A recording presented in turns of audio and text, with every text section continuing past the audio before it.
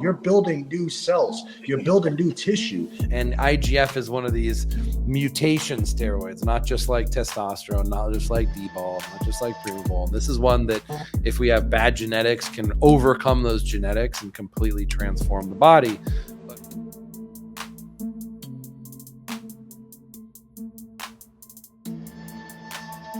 IGF, insulin-like growth factor, one of the hidden secrets of bodybuilding. And when I refer to the quest for the hidden steroids of Machu Picchu, I don't know if we found it, but I think IGF and a combination of things with it get pretty close. These are the type of things that can mutate someone who has terrible genetics, like let's say Nick Walker, how he mutated himself, or Dallas McCarver. Well, these guys didn't necessarily have terrible genetics, but there's no way they could have done what they did without mutation. And IGF is one of these mutation steroids, not just like testosterone, not just like D-bol, not just like Primabol. And this is one that, if we have bad genetics, can overcome those genetics and completely transform the body. But why isn't it more popular? I'll just really give this quick overview, because then I want to get Rob, Seth, and Tolo's opinion and experience and what they've heard from other people using IGF. But we had Dave Palumbo and we had Rich Piana saying there was no real IGF out there. Well, in our mass blasts, where we put on massive amounts of muscle in short periods of time, we use IGF, NHGH, and insulin and steroids and SARMs. And we actually use pretty low dosages of all these things, because usually the limiting factor is how much someone can eat, not how much steroids they can take. But the point is, we're checking all these boxes on the anabolic matrix so that there's no limiting factor. And IGF seems to be a limiting factor of a lot of bodybuilders, because when you add it in, all of a sudden now everything works synergistically and everything works better, building muscle, burning fat. So I think we had a little bit of misinformation out there with Piana and Palumbo saying there's no real one, but we're all using Swiss Chem's IGF, and it's obviously real. Like you inject it and you feel it. Your muscles start growing. If it's not real, then how do the muscles start growing? How do they get fuller? How does your appetite increase? So I will keep using IGF, and I haven't noticed any major side effects of it, but I'm extremely cautious with it because it is so powerful. So, like, my first question, let's talk about the negative side of it. Like, with you guys, are you worried about using IGF, and what are you worried about the potential side effects? Now, with the potential side effects, as far as for IGF, I have ran up to 200 micrograms pre-workout. That's LR3, the longer version. And I actually got cold sweats. And that's because I started, I want to be macho, and then I dropped down to 50 micrograms and worked my way up. And after that, no issue. But one thing I am concerned about is you can feel your blood pressure drop a little bit while you work out. And this is with the long ester. This ain't with the DES. So after that, I found that, drinking, little like essential amino acids before you work out, a little bit of sugar, and go through the workout, you don't have the side effects, and you get the pump, you get going, and, it's a really, really clean compound, or clean substance. But besides that, I'm not really concerned about any, of the side effects. But I'm, you experienced any nauseated side effects from it? Yeah, heavy right now.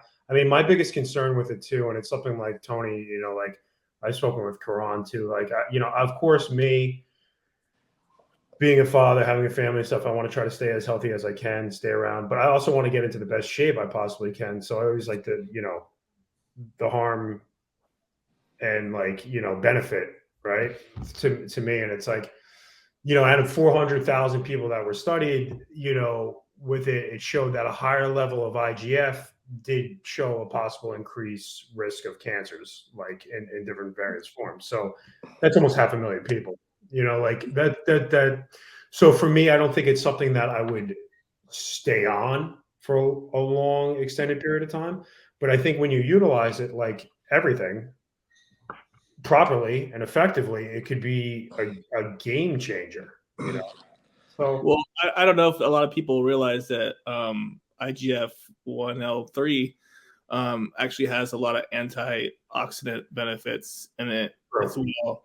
So if you're taking a low dosage of it, it's not going to be more side effect, with benefits from it. So I mean, like if you do more micro dosing, of IGF, it might be more benefit for people than doing a higher dose. You're talking about the LR3, correct?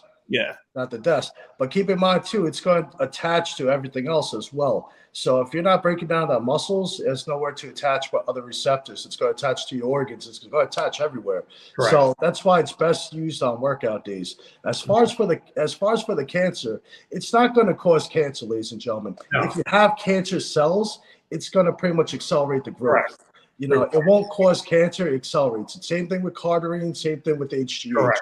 You know, they're not going to cause it, they'll accelerate the growth. Yes. Just so they understand that. It's the same thing. Like if you had let's say you had a tumor already that you didn't even know about, like anything in time when you throw in HGH or IGF or whatever, you know, excels the growth of your cells, like Tolo said. So it doesn't cause cancer. But you know, so I think the key to using IGF safe is to have periods of time when IGF is high and periods of time when IGF is low. And then when it's low, these are times when you can do things like fasting or other ways to help bring cancer levels down. I think of cancer, I don't think of it like a tumor. I think of it more like a levels. Like there's going to be a little bit of cancer in the body always, everywhere. Always. Your body's always fighting it. But it's like, as long as you keep that level in a safe range or below a safe range, because you'll never have zero, there's always going to be some. But like as you're using IGF, maybe the cancer risk is increasing. And if we give a break from IGF, then we can bring the cancer risk down. So it's like, while we're increasing the cancer risk, if we gain huge amounts of muscles and then we come off the IGF and bring the risk down, and the total amount of time spent in the risk zone is pretty low, then I'm not too worried about it. I'd be more worried about IGF levels just from eating high amounts of protein every day, all day for an entire lifetime than I would be from blasting IGF for a short period of time. Yes. Isn't the half-life though 20 to 30 hours for IGF? Or for the LR3, I believe so. Yeah. And I normally go about 24, 26 hours before I do it. Only on workout days. I like Tolo's protocol for why don't you want to break down your but for the IGF? Yeah, I like because you normally everyone has a different protocol for it. So ladies and gentlemen, do not follow any protocols given to you. They're for entertainment purposes only. Everyone's a little bit different. I like 4 to 5 weeks on, 2 weeks off, and then you start with 50 micrograms, and you slowly work your way up. Then once you get to your top, then you reset, work your way back up, reset, work your way back up. And then you take it only on workout days, whether it's the DES or the IGF LR3. On top of that, you want to make sure you have all your essential amino acids, and you want to take advantage by having a pre-workout meal as well as a post-workout meal. So you're actually utilizing all those nutrients, flushing it into your body. Yeah. But that being said, you want to cycle on and off. Your body's going to adapt to it, and you can only go so high before, it doesn't do nothing. And then you just got to keep resetting.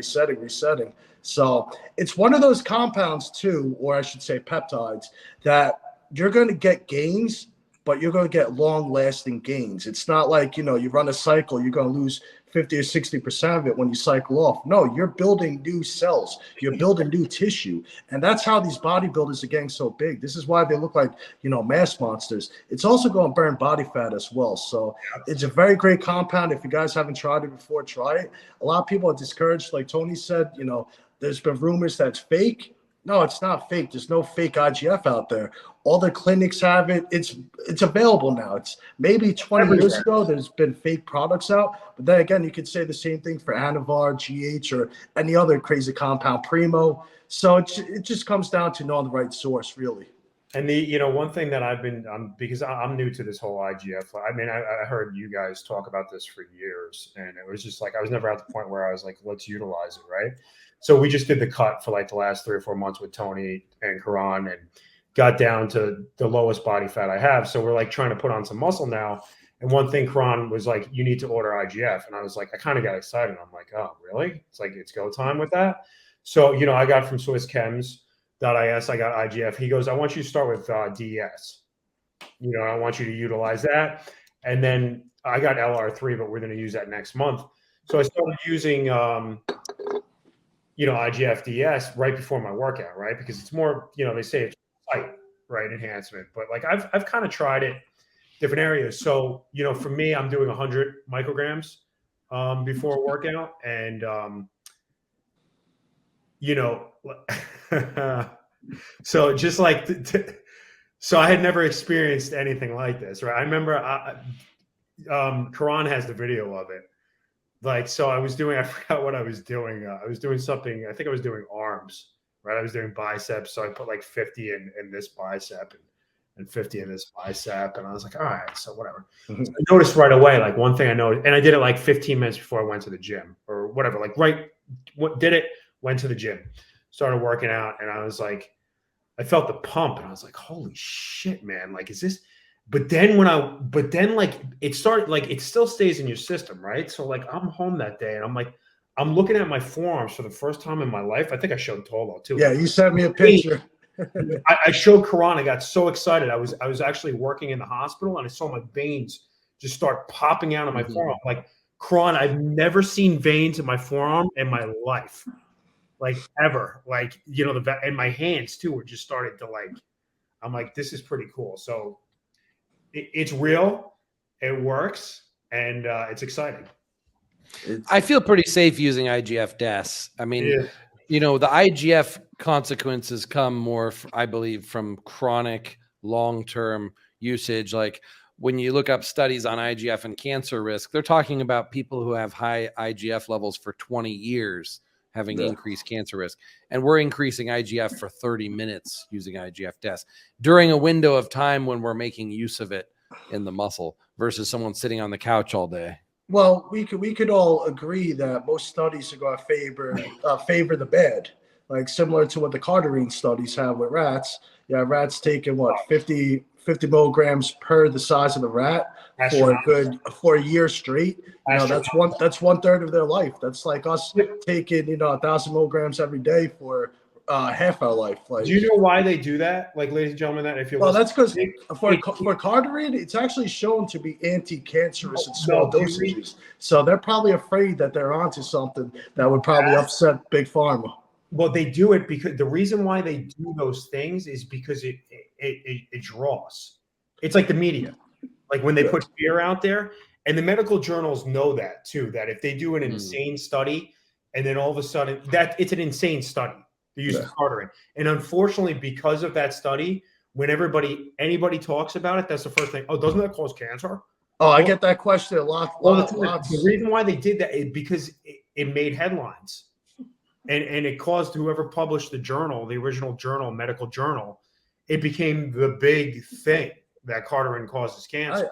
I tell you what, I've taken Cardarine and IGF-1 for a long time now, stacked together. I'm not worried about cancer. I'm worried about shedding weight. And that Cardarine's giving me the endurance and the IGF's giving me mass. You know, what more can I ask for? I've got the best gains this year with the Cardarine stacked on top of IGF, stacked on top of GH. Cycling Cardarine, you just got to keep the Cardarine low and, cycle on and off like anything else. It's all about responsibility. It really is. If you stand in front of a microwave long enough, you're going to develop cancer. You sit outside in the sun for hours every single day, you're going to get cancer.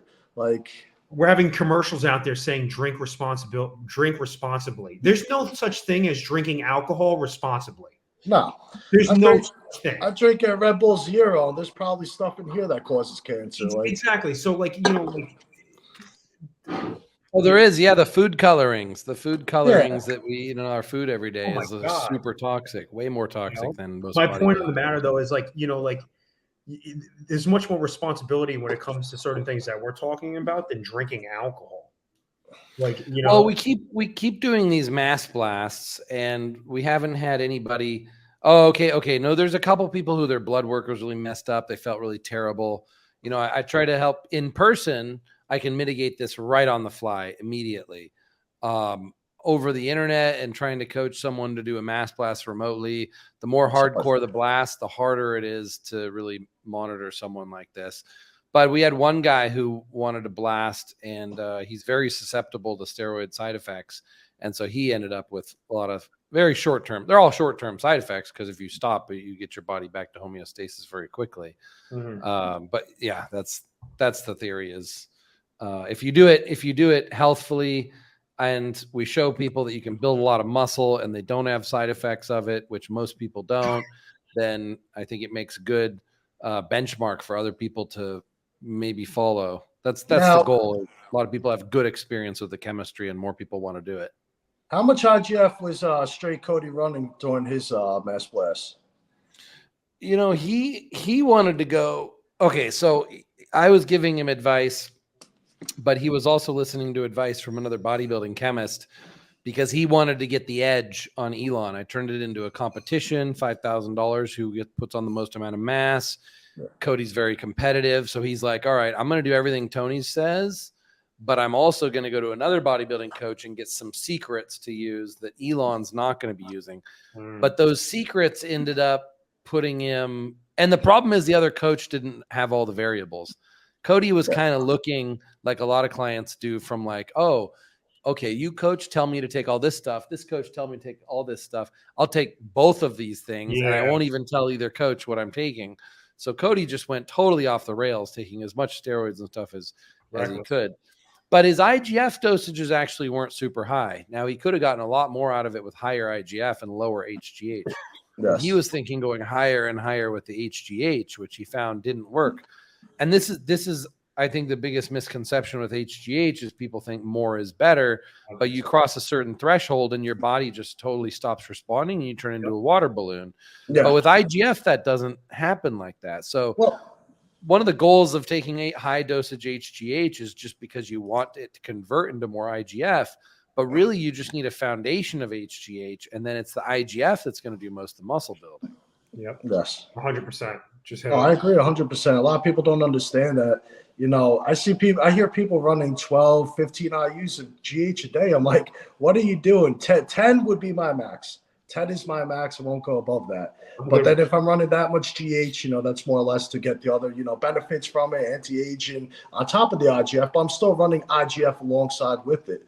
Now, if you had something like, let's say, CJC 1295 with DAC, that's what, 1 milligram to 2 milligrams on Monday, let's say. That's going to last all week. Then you can run IGF Des with it pre-workout, and you can get significant gains while getting the release of the GH. And then you can add some MK677 on top of that. 10 milligrams at night, right before you go to sleep. You're not going to get the hunger side effect to get a nice deep sleep, get extra IGF in the morning, and you're going to get significant gains. You don't need to spend all this money on GH. There's so many other pathways to get gains that are more than adequate enough. You know, that's the good thing with new technology and the new pharmacology and the new products coming out. You don't need to spend, like, what was Liver King spending? $15K a month on HGH. You don't need to spend that to look like Liver King. You could buy CJC, you could buy MK677, you could buy IGF-1 and tune in your diet and get the same exact results, if not better. Yeah, I agree with you 100%. I just, you know. Everyone's like, how's he afford that? Well, one, he's a millionaire, so. But if I was a millionaire and I had that type of funds, I'm not buying that type of BS, you know, cycle. No, I'd have something a lot more, pretty much a lot more better, a lot more well-structured, a lot more balanced, you know. And I'll be focusing more on, I'll have that chef, but my chef ain't going to make cow testicles. My chef's going to be making nice meals for me. So you just got to get what Tony has, a couple of Thai girls to make prepared. I need that.